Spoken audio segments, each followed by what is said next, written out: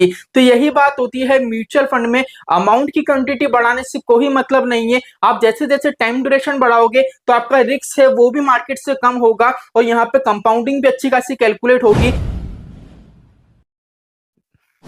नमस्कार दोस्तों, जय श्री श्याम। आज की वीडियो में हम बात करेंगे, काफी ऐसे निवेशक है जिनकी ये क्वेरी है कि सर म्यूचुअल फंड से हमको पैसा तो बनाना है लेकिन पैसा हमको जल्द से जल्द बनाना है। बिकॉज यहाँ पे ऐसी कोई लिमिटेशन नहीं है कि मुझे छोटे अमाउंट से एसआईपी करनी है। अगर मैं चाहूँ तो बड़े अमाउंट से एसआईपी कर सकता हूँ, लेकिन टारगेट यही है कि अमाउंट की क्वांटिटी बढ़ा दूं लेकिन जो टाइम पीरियड है उसका ड्यूरेशन में कम कर दूं, जिससे मेरी फ्यूचर में जल्द से जल्द अच्छी खासी वेल्थ क्रिएट हो जाए। तो देखो, अगर आपकी भी इस तरीके की सोच है तो म्यूचुअल फंड आपके लिए बिल्कुल भी नहीं है। अगर आप सोचो कि अगर मैं 1000 रुपए की एसआईपी करा के लॉन्ग टर्म के लिए करूं, 30 साल के लिए, 15 साल के लिए, 10 साल के लिए, तो बेटर है। म्यूचुअल फंड से अच्छा खासा कॉर्पस बना लोगे। लेकिन अगर आप सोचो कि सर मैं 50,000 रुपए की एसआईपी करा देता हूं 2 साल के लिए, ठीक है, 3 साल के लिए, तो अच्छी खासी वेल्थ क्रिएट कर लूंगा, देखो ऐसा नहीं होता है। ठीक है, यहाँ पे अमाउंट की क्वांटिटी बढ़ाने से कुछ भी नहीं होगा। आपको जो टाइम ड्यूरेशन है वो बढ़ाना पड़ेगा, तब जाके कंपाउंडिंग है वो कैलकुलेट होगी। अब आज की वीडियो में यही डिस्कस करेंगे कि चल म्यूचुअल फंड का एक नियम होता है, वो होता है 8-4-3।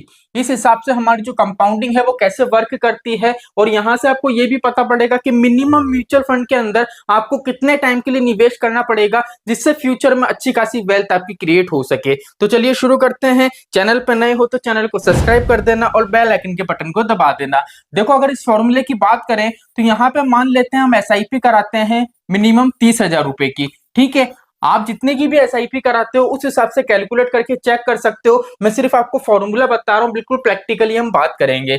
ठीक है, हम मान लेते हैं कि यहाँ पे 30,000 की एसआईपी करा रहे हैं और रेट ऑफ इंटरेस्ट मानते हैं कि हमको 12% सालाना बेस पे यहाँ से रिटर्न मिलेगा। अगर यही एसआईपी हम कब तक चलाएं, 8 साल तक चलाएं, तो हमारा जो टोटल पैसा बनेगा वो बनेगा 48,45,000 रुपए का। कितने साल में पैसा बन रहा है आपका? ये 8 साल के अंदर।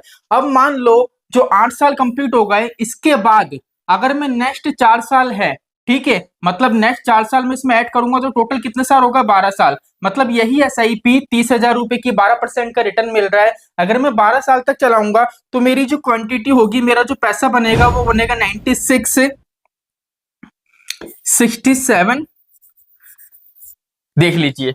ठीक है, मतलब 96 लाख रुपए का क्या होगा आपका इजीली यहाँ पे रिटर्न मिलेगा। अब यहाँ पे देखो, 8 साल में जितनी भी आपकी वैल्यू थी ना, वो सीधे सीधे यहाँ पे क्या हो गई? डबल हो गई। ठीक है, पहला पैसा आपका कब डबल हुआ? 8 साल के अंदर। दूसरा पैसा कब डबल हुआ? आपका यहाँ पे 4 साल के अंदर। अब यही हमारी जो एसआईपी है, अगर मैं उसको अगले 3 साल के लिए चलाता हूँ, अब 12 में 3 साल ऐड करेंगे, ठीक है, तो टोटल कितने साल हो जाएंगे हमारे? 15। अगर यही एसआईपी में अगर 15 साल के लिए चलाता हूँ तो यहाँ पे मेरा जो पैसा बनेगा वो बनेगा 1.51 करोड़ का।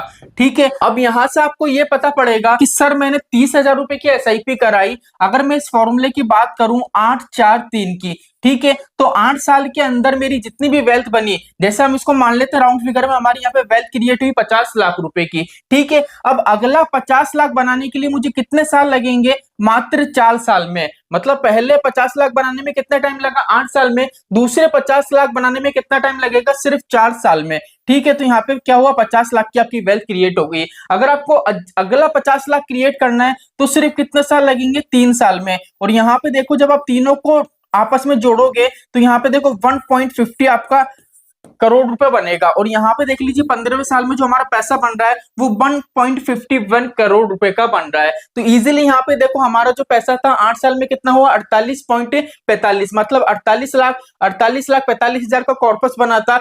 फिर हमने इस इन्वेस्टमेंट को अगले 12 साल के लिए चलाया, मतलब 3 साल और ऐड कर दिए, तो यहाँ पे देख लीजिए सीधे सीधे आपकी वैल्यू है वो डबल हो गई है, 96 की हो गई। लेकिन इसमें हमने 3 साल और ऐड कर दिए, इसको 15 साल तक चलाया, तो हमारा जो पैसा था वो सीधे ही क्या हो गया? 3 गुना हो गया। तो यहां से आपको ये पता पड़ेगा कि म्यूचुअल फंड के अंदर आपको इन्वेस्टमेंट करना है ना, तो मिनिमम 15 साल के लिए अगर आप करोगे तो आपका पैसा है आपको कंपाउंडिंग कैलकुलेट होती हुई नजर आएगी। अब यही सोचो कि अगर 15 साल की जगह अगर मैं 12 साल में मेरा पैसा निकाल लेता तो वेल्थ कितनी बनती? 1 करोड़ भी नहीं बन पाती। लेकिन मिनिमम 3 साल यहाँ पे मैंने और ऐड करे, लेकिन मेरी वेल्थ देखो कितनी ज्यादा क्रिएट हो गई। यहाँ पे मैंने एसआईपी वही 30,000 की करी है, कोई इंक्रीमेंट नहीं करा है, लेकिन क्या है 12वें साल में मेरे पास पैसा अच्छा खासा था, इसलिए मेरी जो कंपाउंडिंग कैलकुलेट होती थी वो बड़े अमाउंट से होती थी। तो यही बात होती है म्यूचुअल फंड में, अमाउंट की क्वांटिटी बढ़ाने से कोई मतलब नहीं है। आप जैसे जैसे टाइम ड्यूरेशन बढ़ाओगे तो आपका रिस्क है वो भी मार्केट से कम होगा और यहाँ पे कंपाउंडिंग भी अच्छी खासी कैलकुलेट होगी।